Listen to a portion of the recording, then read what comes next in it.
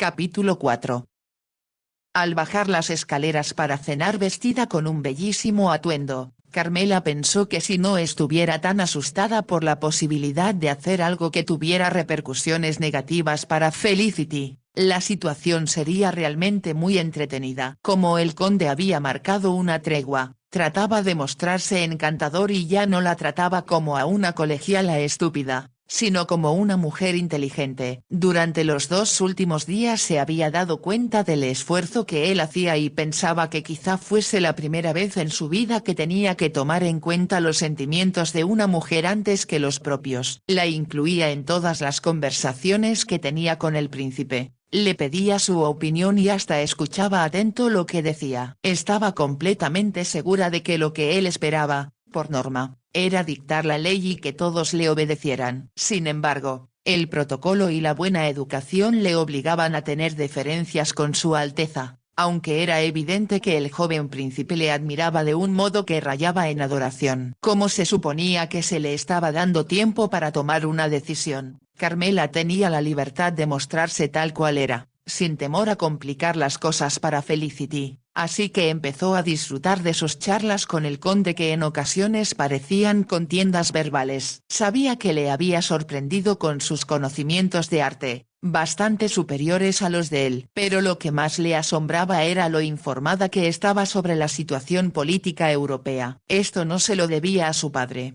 que era quien le había enseñado todo lo que sabía de arte, sino la condesa, la cual, por su amistad con hombres de Estado siempre se había interesado por todo lo que sucedía tanto en el Parlamento británico como en el extranjero. Todos los días hacía que Carmela o Felicity le leyeran en voz alta los discursos de los diputados que se publicaban en The Times. Después le explicaba a las jovencitas lo que ellas no hubieran entendido y, como conocía a muchos de ellos, les hacía breves semblanzas de los líderes políticos de ambas cámaras. A Felicity le parecía bastante aburrido, pero para Carmela era muy interesante y ahora utilizaba sus conocimientos para sorprender al conde, el cual en ocasiones parecía incluso perplejo. ¿Por qué ha de pensar que las muchachas somos estúpidas?, se preguntaba indignada, así que se propuso demostrarle que no tenía motivos para pensar así. La noche anterior, cuando mantuvieron una fuerte discusión acerca de las reformas,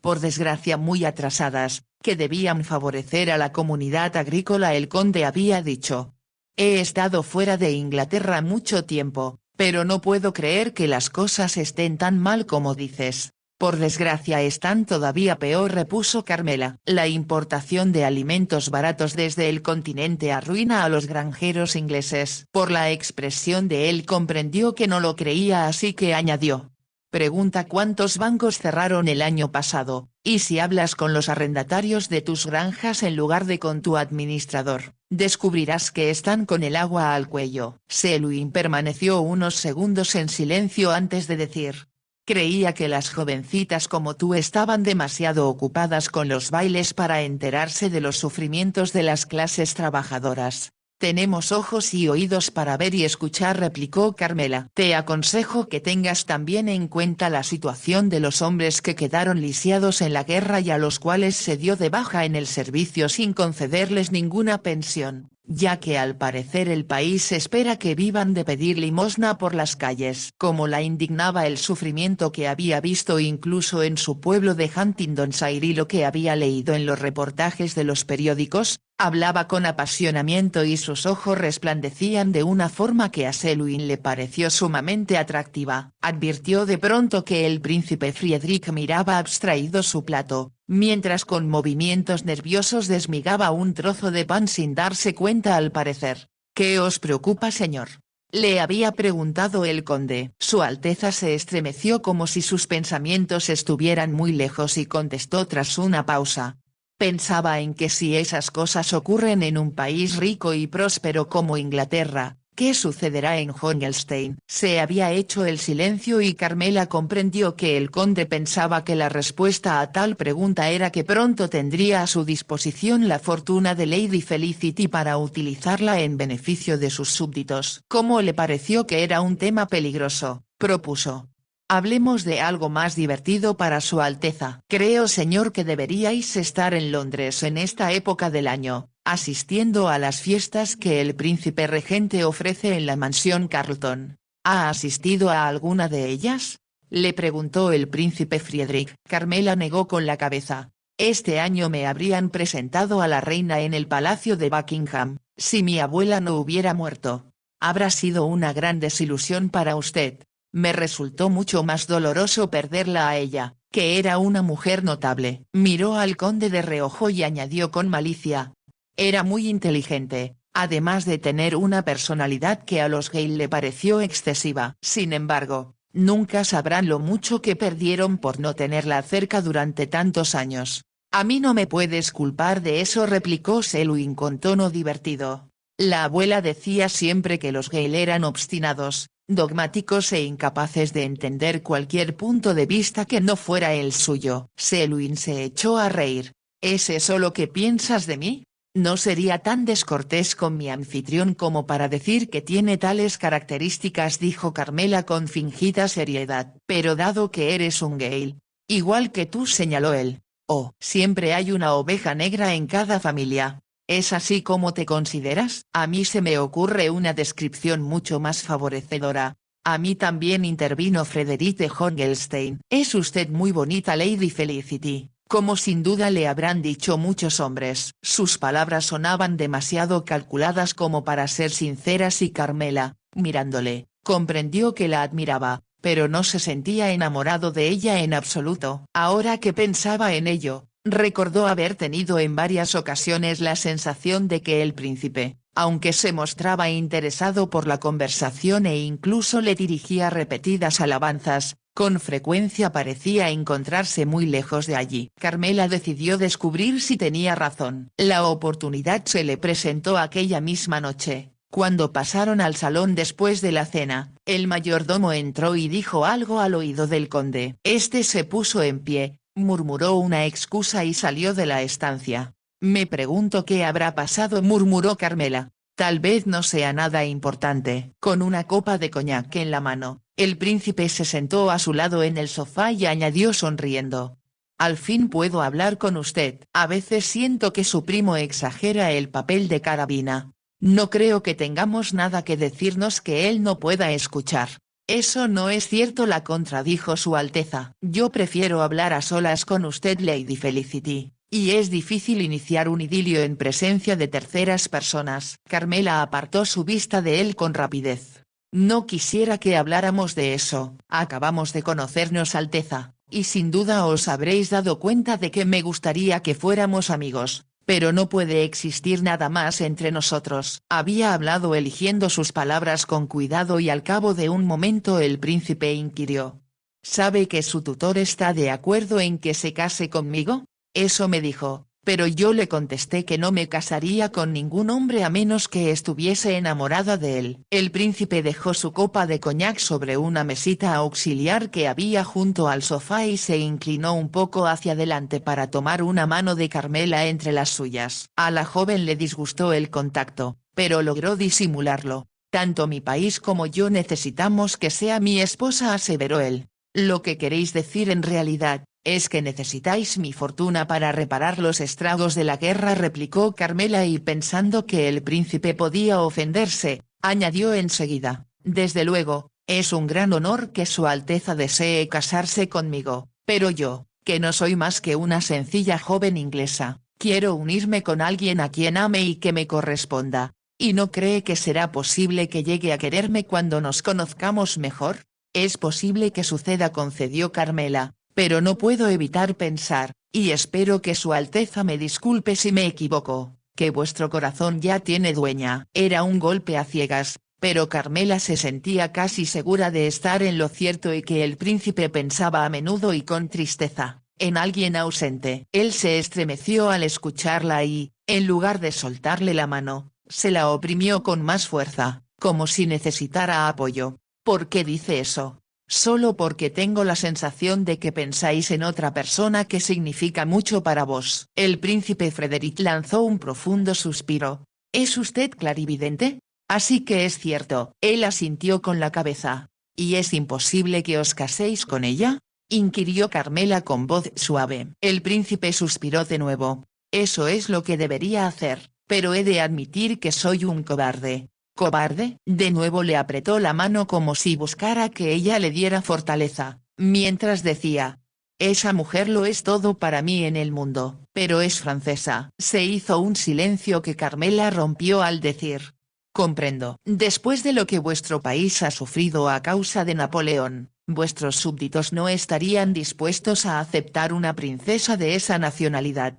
Claro que con el tiempo tal vez lo harían, si no tuviesen alternativa. Carmela creyó comprender. Lo que vuestra Alteza quiere decir es que cuando mi primo sugirió que necesitaba casarse con una mujer rica, no os atrevisteis a decirle que vuestra idea era otra. Comprendedme, rogó el príncipe. Por supuesto que os comprendo, pero debéis ser valiente y casaros con la mujer que amáis, sin permitir que os obliguen a aceptar una esposa escogida por otros. Me resulta difícil no hacer lo que propone su primo, que estuvo al mando del ejército de ocupación en mi país, así como el Consejo de Viena. Ellos quizás piensen que se pueden resolver los problemas sobre un papel, pero para que un país sea dichoso es necesario que el hombre que lo rige lo sea igualmente. Si pudiera creerlo. Habladme de esa dama a la que amáis. Su padre es un caballero distinguido. Viven en Francia muy cerca de la frontera con Hohenstein. Hasta que Napoleón se empeñó en dominar toda Europa, nosotros manteníamos buenas relaciones tanto con Francia como con los demás países vecinos. Lo cual será así de nuevo, ahora que Napoleón ha sido derrotado y se halla preso en Santa Elena. Estoy seguro de que así será con el tiempo, pero mientras tanto, su primo, cuando llegó con su ejército a liberarnos de las tropas napoleónicas, no solo me restauró en el trono, sino que me prometió todo tipo de ayuda para reconstruir el país y aliviar la pobreza existente. Carmela pensó en lo mucho que habría disfrutado el conde reorganizando todo un país y dijo: las personas convencidas de saber qué es lo mejor para los demás con frecuencia se equivocan aunque su intención sea buena. Si uno tiene algo de carácter, debe decidir por sí mismo las cosas que le atañen personalmente. Eso es lo que yo quería hacer, repuso el príncipe con voz baja, pero Gabriel me dijo que debía pensar en Hohenstein y olvidarla a ella. Si actuó así, estoy segura de que os quiere de veras. ¿Usted cree?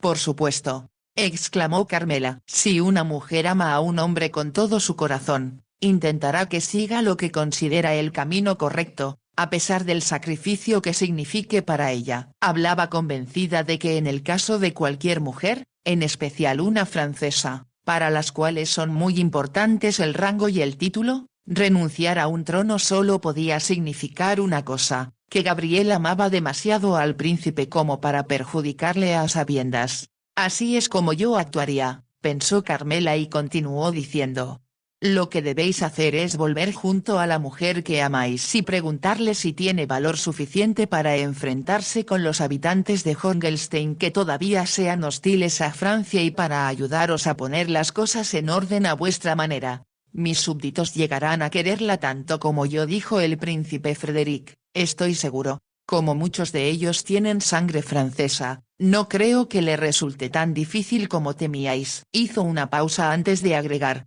he leído en los periódicos que Europa tiene una gran necesidad de productos que no se fabricaron durante la guerra porque todo el esfuerzo se dedicó a producir armas. Cierto. Pues hay muchas cosas que podéis hacer en Hohenstein. Estoy segura de que si pedís un crédito a Inglaterra o a los otros países que tratan de reorganizar los asuntos europeos en ese Consejo de Viena, os darían lo suficiente, por lo menos para poner a vuestra gente a trabajar. El príncipe se llevó una mano de la joven a los labios. Gracias, muchas gracias. Me ha vuelto el optimismo y ahora, gracias a usted, intentaré portarme con valentía y decisión. Lanzó un profundo suspiro, como si se hubiera quitado un pesado fardo de encima y añadió: me avergüenzo de haber escuchado la sugerencia de su primo acerca de que una esposa millonaria resolvería todos mis problemas. Dijo que me buscaría una y me hizo creer que todo era tan sencillo y factible, que estaba dispuesto a sacrificar mis sentimientos por el bien del país. Ahora me doy cuenta que en realidad, solo era débil y lo que usted llamaría, sin duda, ineficaz. Carmela sonrió, pensando en lo que decía siempre la condesa: Cuando Gale estaba decidido a hacer algo, no permitía que nada ni nadie se interpusiera en su camino. Lo que sucedió en realidad es que disteis crédito a las palabras de un buen vendedor que está seguro de que su mercancía es la mejor, pero que no os dio la oportunidad de expresar vuestras verdaderas necesidades. El príncipe se echó a reír. Me parece que no es usted muy amable con su primo. Pero sí, la verdad en realidad, es que resulta demasiado autoritario. Todos los Gale son así. Excepto usted, dijo el príncipe, que no solo es adorable, sino extraordinaria. Besó de nuevo la mano de Carmela y agregó. Gracias, muchas gracias. Es usted muy bella, una de las mujeres más hermosas que he conocido, pero quisiera que conociese a Gabriel. Estaré encantada de hacerlo si hay ocasión. Reconstruiremos mi país juntos. En los ojos del príncipe había un brillo que no tenían antes. Cuando venga a visitarnos Lady Felicity, se asombrará de lo que habremos logrado. Estoy segura de que así será. De pronto, como si recordara al conde, Su Alteza miró nervioso hacia la puerta antes de preguntar. ¿Y qué excusa le daré a su primo? Si le digo que he cambiado de parecer, puede indignarse y hasta sentirse ofendido. Carmela pensó durante un momento y a continuación preguntó. ¿No podéis decirle que habéis recibido un comunicado de vuestro canciller, o de vuestro primer ministro, en el que os piden que volváis enseguida a Horngelstein porque se ha presentado algún tipo de crisis? Aseguradle que solo estaréis ausente unos días, quizá una semana, pero en realidad iréis enseguida en busca de vuestra amada para iniciar los preparativos de la boda. El príncipe la escuchaba atentamente y Carmela añadió con entusiasmo.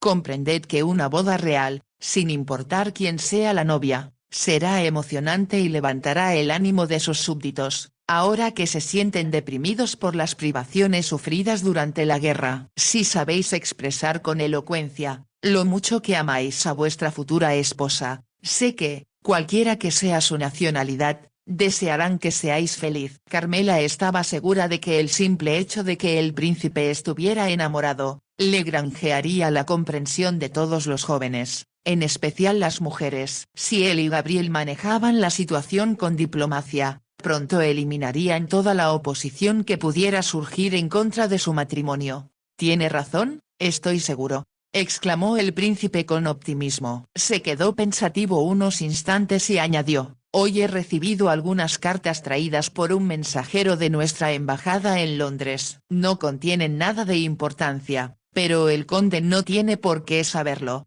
Podéis decirle que no habéis querido arruinar la cena y por eso no le avisasteis antes, le aconsejó Carmela. Luego, para evitar que sospeche nada, explicadle que habéis tenido conmigo una interesante conversación en su ausencia y que os he prometido que hablaremos en serio acerca de vuestra proposición cuando regreséis. El príncipe sonrió y sus ojos brillaban. Es un detalle muy diplomático, Lady Felicity, que eliminará cualquier sospecha de su primo respecto a mi partida. Sí, claro. Sería un gran error hacerle pensar que pretendéis huir. El príncipe dejó escapar una risa muy juvenil. Es usted magnífica. Tal vez cometa un error al no insistir en que se case conmigo y gobierne mi país al estilo de Catalina la Grande. Nada os disgustaría más, replicó Carmela. Y os aseguro, sin que mi deseo sea únicamente halagaros, que seréis un monarca excelente y muy querido por vuestro pueblo. Me es difícil expresarle mi gratitud por lo que ha hecho por mí y lo diferente que me siento ahora respecto a mi futuro.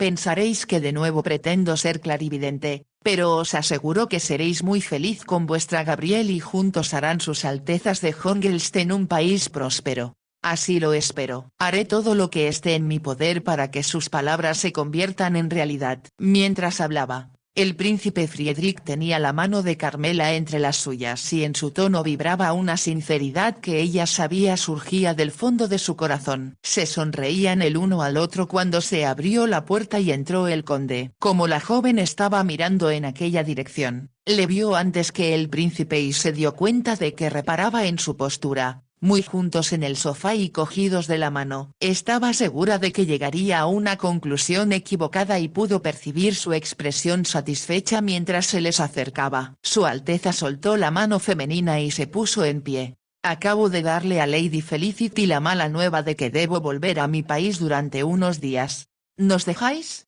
Se sorprendió Selwyn. Es algo que no tengo el menor deseo de hacer, contestó el príncipe, pero he recibido una carta de mi primer ministro en la cual me pide que regrese para arreglar una pequeña crisis constitucional. Suspirando añadió.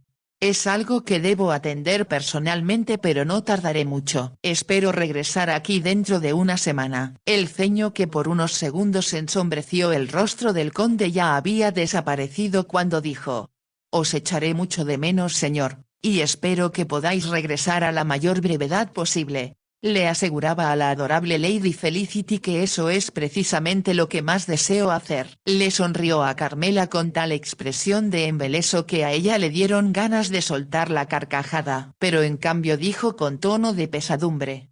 Será una jornada agotadora para vuestra alteza, pero he oído decir que ahora es mucho más fácil que antes viajar a través de Francia, en especial durante esta época. Es cierto, asintió el príncipe. Si parto mañana a primera hora, espero estar de vuelta para fines de la próxima semana. Esperaremos con ansia vuestro regreso, dijo Carmela, ¿verdad, primo Selwyn? Así es. Haré que mis caballos más veloces os lleven hasta Dover, donde estará listo mi yate para cruzar el canal. Así será más rápido que si tenéis que esperar un barco normal, que según tengo entendido hacen la travesía 2 veces al día. Es usted muy amable. Me resulta imposible expresarle mi gratitud por todo lo que hace en mi favor.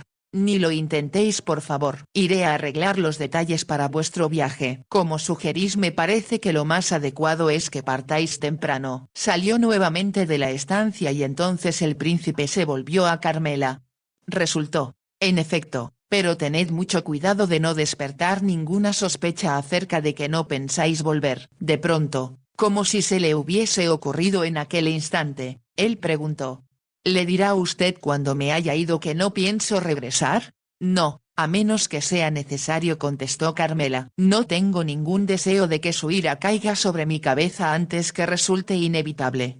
Se muestra tan amable y con tanto afán de colaborar, que me disgusta tener que engañarle. Pero al mismo tiempo, vuestro futuro os pertenece a vos, no a él, le interrumpió Carmela, pensando que le vendría bien al conde que sus planes no dieran resultado. Se ocupa demasiado de los asuntos ajenos, se dijo, y de nuevo se le ocurrió lo afortunada que era no teniendo nada que perder por engañar al conde, así como lo diferente que hubiera sido todo para Felicity si, ignorante de que el corazón del príncipe pertenecía a otra mujer, se hubiera visto obligada a casarse con él. Era una suerte que lo hubiese adivinado. Sabía que esa percepción, o clarividencia, como la había llamado el príncipe, era algo con lo que había nacido, un instinto, tal vez un talento especial del cual carecía Felicity. Bien, Su Alteza será feliz y yo puedo así ganar tiempo hasta que Felicity se case, pensó. Ella y el príncipe Frederick hablaron de otras cosas hasta que regresó Selwyn y de nuevo cuando entró y les vio con las cabezas juntas, pensó que sus planes iban viento en popa, ya que empezaban a sentirse atraídos el uno por el otro. Cuando Su Alteza les dio las buenas noches y se dirigió a su dormitorio para asegurarse, según dijo, de que preparaban el equipaje a su satisfacción, Carmela y el conde quedaron a solas. Es una gran contrariedad, opinó él, que Su Alteza tenga que partir cuando ambos parecíais empezar a congeniar tan bien. Oh, es realmente muy apuesto y más inteligente de lo que pensaba. Me parece un comentario algo curioso para alguien de tu edad. Tienes una idea curiosa respecto a la edad, replicó Carmela. Debo decirte, puesto que pareces ignorarlo, que no existe ninguna tabla con la cual medir la inteligencia de la gente, y mucho menos por la edad. Lo sé. Entonces sabrás también que algunas mujeres de 30 años no son más que unas frívolas de cabeza hueca, mientras que otras, incluso de mi edad, pueden tener a veces pensamientos inteligentes. El conde se echó a reír. Cuando me gruñes como un cachorro de tigre, tus ojos parecen despedir fuego y me impresiona tu agresividad.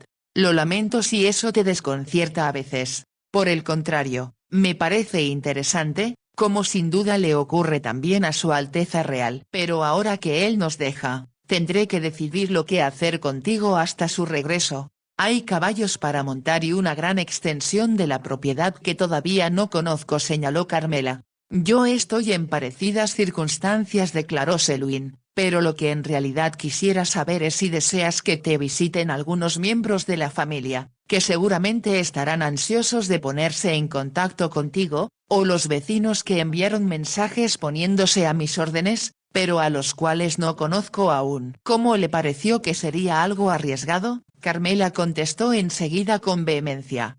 Por favor, prefiero que estemos solos. No deseo por el momento que me interroguen acerca de la abuela los demás familiares y, como el tiempo es espléndido, no pretenderás quedarte aquí encerrado para charlar con vecinos impertinentes acerca de tu vida pasada. No lo permita Dios, exclamó Selwyn. Y ahora que lo pienso, a todos les parecerá extraño que vivas aquí sin la compañía de ningún familiar de edad en calidad de carabina. Carmela pensó que les parecería todavía más extraño si supieran que ella no era quien todos suponían. Pensó también en lo aburrido que sería tener a alguien de edad como acompañante, así que se apresuró a decir.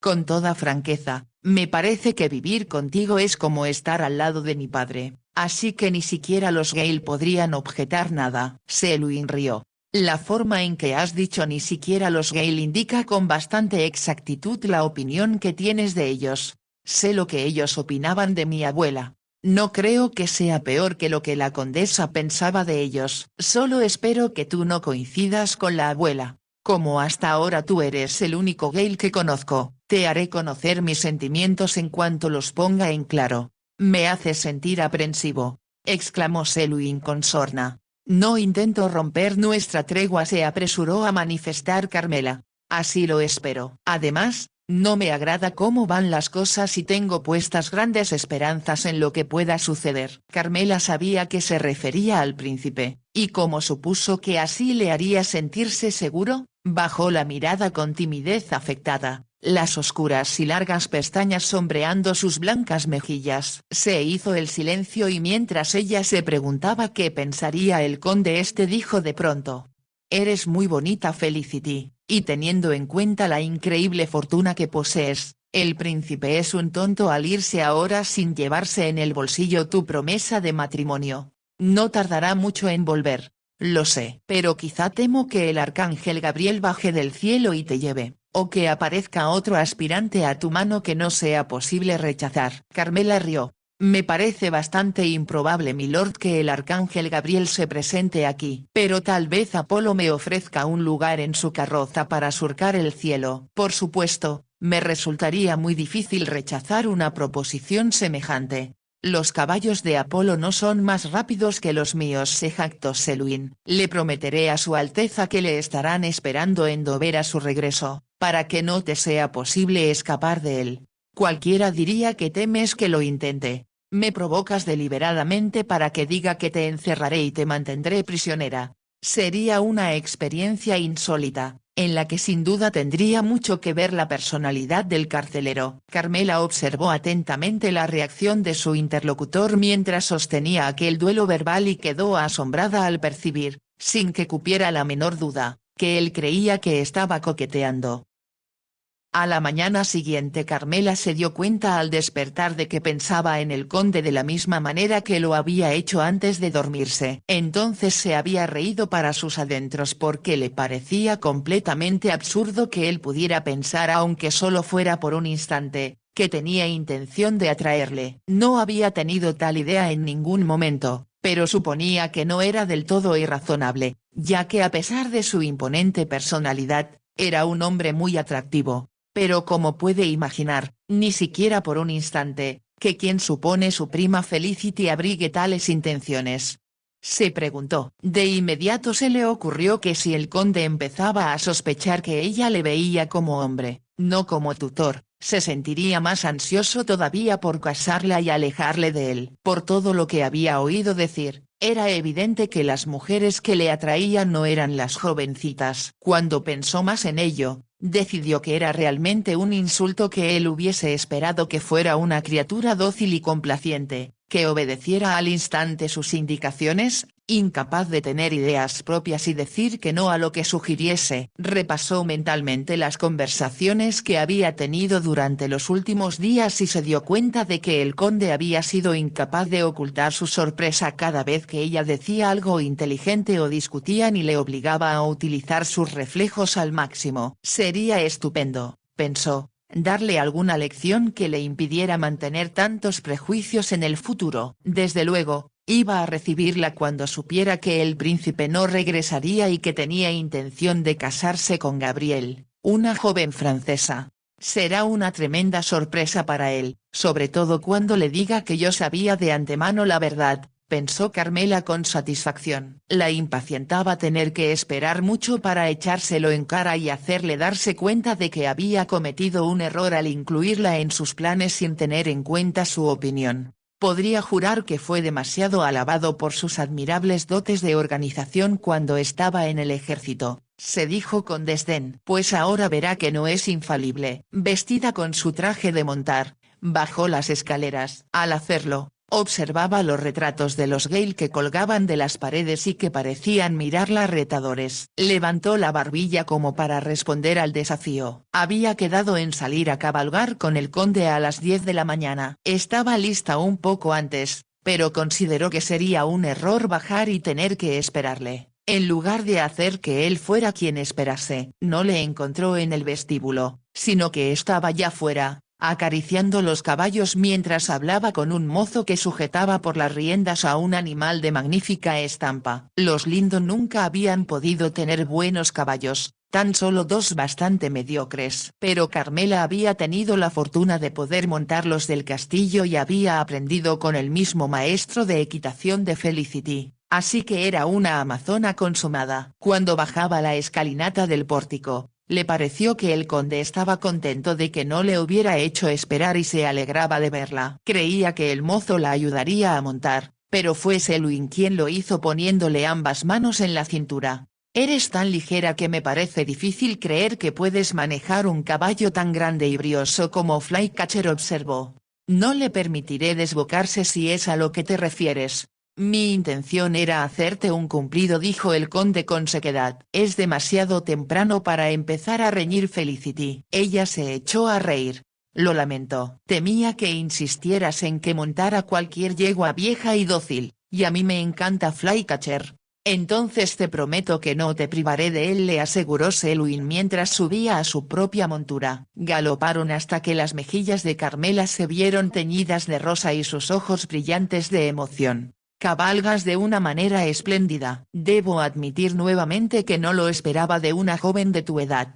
Me gustaría hacerte notar», dijo Carmela, «que según la abuela los Gale jamás admitirían estar equivocados». «Para toda regla hay excepciones», repuso Selwyn con una sonrisa y continuaron en silencio durante un rato. Brillaba el sol. Los pájaros cantaban en los árboles y las mariposas revoloteaban entre los capullos. Todo era tan hermoso que Carmela sintió una gran paz interior y notó que desaparecía su ánimo combativo, al menos de momento. Pocos días antes, estaba en la vicaría, a merced de la violencia de Henry y los chillidos y las quejas de Lucy. Recordó que la estrechez y la tristeza de aquella casa la habían hecho sentir que estaba atrapada para siempre y en su futuro no existía la esperanza. Ahora, como por arte de magia, todo había cambiado. Usaba ropa que encantaría a una princesa. Montaba un caballo superior al animal más fino que hubiera visto en su vida y ejercitaba su mente con el hombre más atractivo que había conocido hasta entonces. Repasó sus bendiciones una a una y se dijo que debería ponerse de rodillas para elevar una plegaria de gratitud al cielo. Cuando llegó al final de su lista, se sorprendió mirando al conde y pensando que su descripción de él era totalmente acertada. Resultaba indiscutiblemente atractivo cuando no se comportaba con agresividad y era desde luego, todo un hombre. Y de pronto, haciéndole contener el aliento, surgió la pregunta insidiosa.